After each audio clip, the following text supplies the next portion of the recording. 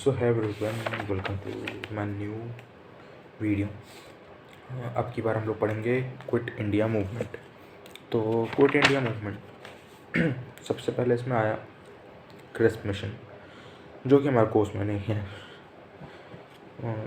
उसके बाद फिर फेलियर ऑफ क्रिस्प मिशन, जो कि हमारे कोर्स में है। Almost all parties and sections of people rejected it. लगभग हर इंसान ने इसको रिजेक्ट कर दिया। हर section of people, every political party, everyone rejected it, क्योंकि ये प्रॉमिस ऑफ इंडिपेंडेंस को नहीं लगा। जो प्रॉमिस हुआ था कि इंडिपेंडेंस मिलेगी, इस मिशन में वो नहीं आया। इस प्लान में कंट्री का पार्टीशन लिखा था और लीग जो थी उसने creation of a single union को अपोज किया। और जो प्रपोजल्स थे वो पाकिस्तान स्पेशली को एक्सेप्ट नहीं, the proposals did not accept Pakistan specially. Proposals ने पाकिस्तान को स्पेशली नहीं एक्सेप्ट किया। Hindu Mahasabha rejected the proposals because fear the Hindu Mahasabha ने रिजेक्ट कर दिया इस प्रपोजल को, क्योंकि इनको फेयर था कि देश का बंटवारा हो जाएगा, partition of the country. 6 Anglo Indians, Indian Christians, labour leaders also oppose them because they did not provide sufficient safeguards for the interest. 6 Anglo Indians, Indian Christians, इन सब ने भी इसको अपोज किया, क्योंकि ये इनके काम में कुछ था ही नहीं। उनको सेफगार्ड का, उनके इंटरेस्ट का कुछ उसमें आया ही नहीं। People of princely states had the princely state के जो पीपल थे उनके पास कोई राइट नहीं था कि वो अपना रिप्रेजेंटेटिव कॉन्स्टिट्यूशन मेकिंग बॉडी को भेज सकें, इसलिए उन्होंने भी इसको रिजेक्ट कर दिया। तो इसलिए इसको क्रिस्प मिशन का फेलियर का यही कुछ रीजंस थे कि हर सेक्शन ऑफ सोसाइटी ने इसको रिजेक्ट कर दिया। हर कोई इसको किसी के भी काम का ही नहीं था। अब जापानीज थ्रेट, अब वॉर चल रही थी। ब्रिटेन के खिलाफ था जापान जो था, जापान ब्रिटेन के खिलाफ था, मतलब दुश्मन था। अब जापान आर्मी जो थी उसने बर्मा पे अटैक कर दिया, म्यांमार में जो इसमें है, और वो मार्च कर रही थी असम की तरफ। तो गांधी जी ने ऑब्ज़र्व किया कि ब्रिटिश इंडिया में अगर हैं तो जापान से इंडिया को बहुत खतरा है, और अगर ब्रिटिश को यहाँ से भगा दे तो जापान से हमें कोई ख़तरा नहीं रह जाएगा, क्योंकि लड़ाई तो ब्रिटेन और जापान में है, इंडिया तो इसमें बीच में फालतू में फंस रहा है। Indian leaders were anxious to save their country from the Japanese invasion, but the slavery was a hindrance. Indian leaders चाहते थे कि हम उनकी कंट्री जापानीज इन्वेजन से बचे, लेकिन वो स्लेव्स थे तो उनकी क्या ही कर सकते। Gandhi ji and other leaders were convinced that the situation called complete independence from the British envy. Gandhi said India safely, Britain's to India's safety and Britain's too lies in orderly and timely British withdrawal. Gandhi ji ने कहा कि India की जो safety है इसी में, India की भलाई इसी में है, ब्रिटेन की भी, कि ऑर्डरली और टाइमली ब्रिटिश यहाँ से चले जाएं, British withdrawal from India. So they decided to launch the British calling upon British to quit India. इसलिए क्विट इंडिया मूवमेंट आया, क्योंकि चाहते थे कि ब्रिटिश जो है क्विट करें इंडिया को। अब आया क्विट इंडिया रेजोल्यूशन। 1942 में फेलियर ऑफ क्रिस्प मिशन ने कोई और मीटिंग ग्राउंड नहीं छोड़ा। ब्रिटिश गवर्नमेंट और कांग्रेस के बीच में कोई भी ग्राउंड नहीं बचा।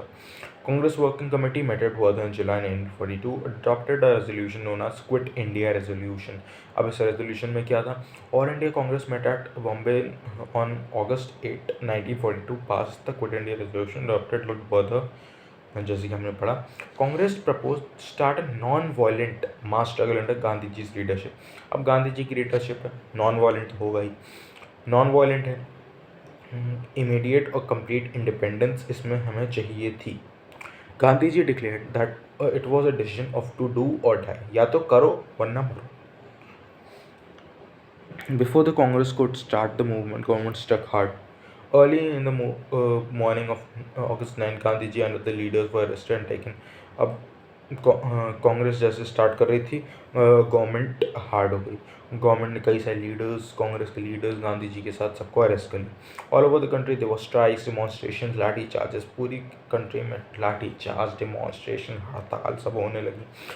People attack the symbols and British authority, police station post office, railway station, national flags hosted on public buildings, defense of police. The British authority disappeared in parts of Uttar Pradesh, Bihar, West Bengal, Odisha, Andhra Pradesh, Tamil Nadu, Maharashtra. In some areas such as Balia in eastern UP, Tamluk in Midnapur district of West Bengal, Satara district, Maharashtra. मतलब अफरा तफरी much गई. The movement also saw an active participation of women such as Mantangini Hazra in Bengal, Kanklata Baru in Assam and Rama Devi in Odisha. मतलब women भी इसमें आने लगी. अब impact of the quit India movement, इसका impact क्या हुआ? Quit India movement was short lived, बहुत शॉर्ट लिव्ड था. डेमोन्स्ट्रेटेड द डेप्थ इट मतलब इसने डेमोन्स्ट्रेट किया कि कितनी डेप्थ तक नेशनलिज्म पहुंच चुका है और लोग कितना अपने सैक्रिफाइस करने के लिए तैयार हैं. सैक्रिफाइस की फीलिंग कितना लोगों में डेवलप हो गई, इस कैपेसिटी कितनी हो गई स्ट्रगल की. ब्रिटिश को अब और पॉसिबिलिटी नहीं दिख रही थी कि वो इंडिया को रूल कर सकते हैं. It was a mass uprising before attaining independence. एक मास अपराइजिंग थी इंडिपेंडेंस पाने से पहले. People from all parts of India took part in position and demonstration of position में people from all part of India took part. After the suppression of the Quit India movement, constitutional questions remained dominant till the close of war in 1945. अभी इस सवालों के जवाब नहीं मिल पाते.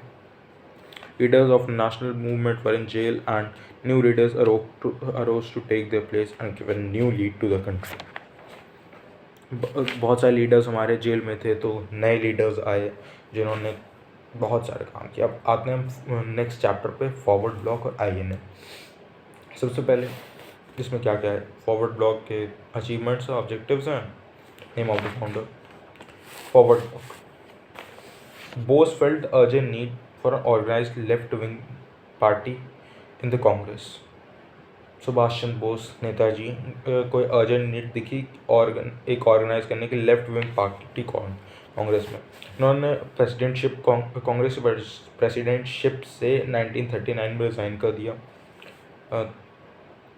और एक लेफ्ट विंग को लाए और जो लेफ्ट विंग को पूरा एक बैनर के नीचे ही ले आए और उसको एक पार्टी बना दी named as forward bloc in May 3, 1939. अब इसके ऑब्जेक्टिव क्या था? सबसे पहले इसका इमीडिएट ऑब्जेक्टिव फॉरवर्ड ब्लॉक का क्या था? लिबरेशन ऑफ इंडिया का लिबरेशन वर्कर्स के सपोर्ट पे, पीसेंट, यूथ और अदर ऑर्गेनाइजेशन के सपोर्ट के साथ. अब जो इनके मेन ऑब्जेक्टिव थे क्या था? Reorganisation of agriculture and industry on socialist line. Socialist lines मतलब मीन्स की assets are owned by the government. जैसे डिफेंस हो गया, रेलवेज हो गया, ये सब सोशलिस्ट का मतलब कि ये सब गवर्नमेंट के अंदर है. अब ऑबोलिशन ऑफ जमींदार system, introduction of new monetary and credit system. ये हमारे 2-3 जो थे ऑब्जेक्टिव्स थे फॉरवर्ड ब्लॉक के कि एग्रीकल्चर इंडस्ट्री वगैरह फिर से बने, जमींदारी सिस्टम का अबॉलिशन हो जाए, न्यू मॉनेटरी क्रेडिट सिस्टम आए ताकि क्लचेस में ना जाए जो पीजेंट थे, किसी लैंडलॉर्ड्स वगैरह क्लचेस में ना फंसें. अब इंडियन नेशनल आर्मी.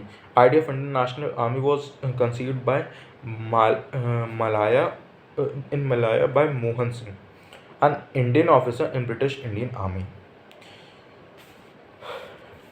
अब इन्होंने जो थे इन्होंने सोचा कि इन्होंने ब्रिटिश आर्मी ज्वाइन करने ये डिसीजन लिया कि ये ब्रिटिश आर्मी को ज्वाइन नहीं करेंगे. इन्होंने the Japanese had till then only encouraged civilians Indians to join anti-British organization. Japanese जो थे वो भी चाहते थे कि और इनक्रेज भी किया इंडियंस को कि एंटी ब्रिटिश ऑर्गेनाइजेशंस को वो ज्वाइन करें. But had no concept of forming a military wing consisting of Indians. लेकिन इसमें कोई भी कॉन्सेप्ट नहीं था कि इंडियंस की मिलिट्री. इंडर प्रेशर्स ऑफ वॉर्स जो भी थे, जो मतलब ब्रिटिश की तरफ से लड़ रहे थे, वो जितने भी इंडियंस थे वो जापानीज़ के हाथ में थे. जापानीज़ की कंट्रोल, जापानीज़ ने उनको मतलब अरेस्ट कर लिया था. तो उन सब मोहन सिंह को हैंडेड कर दिया गया था ताकि वो INA के अंदर उनको रख सकें। The fall of Singapore was crucial for brought up 45,000 POVs। इसमें अब कुछ नहीं है, आपका मेन इतना ही था। इसके बाद contribution of Subhash Chandra Bose. Subhash Chandra Bose was instrumental in the formation of forward bloc बनाना चाहते थे। After evading the British Indian authorities, Bose led freedom struggle outside the country. इन्होंने आउटसाइड द कंट्री बहुत ज़्यादा फ्रीडम स्ट्रगल लड़ा। He officially took charge of Indian independence league. इन्होंने Indian independence league का officially charge लिया। He was greeted Netaji the great leader. इन्होंने Indian National army का भी चार्ज लिया है, सुप्रीम कमांडर भी उसके बने। इन्होंने उसका एक इंडियन INA का एक हेडक्वार्टर भी खोला, कहाँ, यांगोन सिंगापुर में, ताकि वो रीऑर्गेनाइज कर सके इंडियन नेशनल आर्मी को। एक विमेंस रेजिमेंट भी शुरू हुआ जिसको कहते हैं रानी झांसी रेजिमेंट, जो कि डॉक्टर लक्ष्मी स्वामीनाथन के द्वारा लेड किया जा रहा था। अब ऑब्जेक्टिव्स क्या थे इंडियन नेशनल आर्मी के? To organise an armed revolution, एक आर्म्ड रेवोल्यूशन को ऑर्गेनाइज करें और ब्रिटिश के साथ मॉडर्न आर्म्स के साथ लड़े।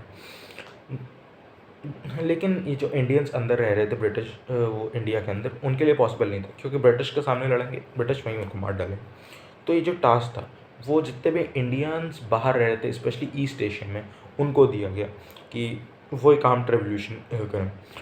और third objective, to organise a provincial government of free India, एक प्रोविंशियल गवर्नमेंट को ऑर्गेनाइज कर सकें। Total mobilisation of Indian manpower and money for a total war. Manpower जितने भी उसके टोटल मोबिलाइजेशन करें और मनी जितना भी है हमारे पास उसका टोटल मोबिलाइजेशन पूरा खर्चा करके पूरा अच्छे से वॉर।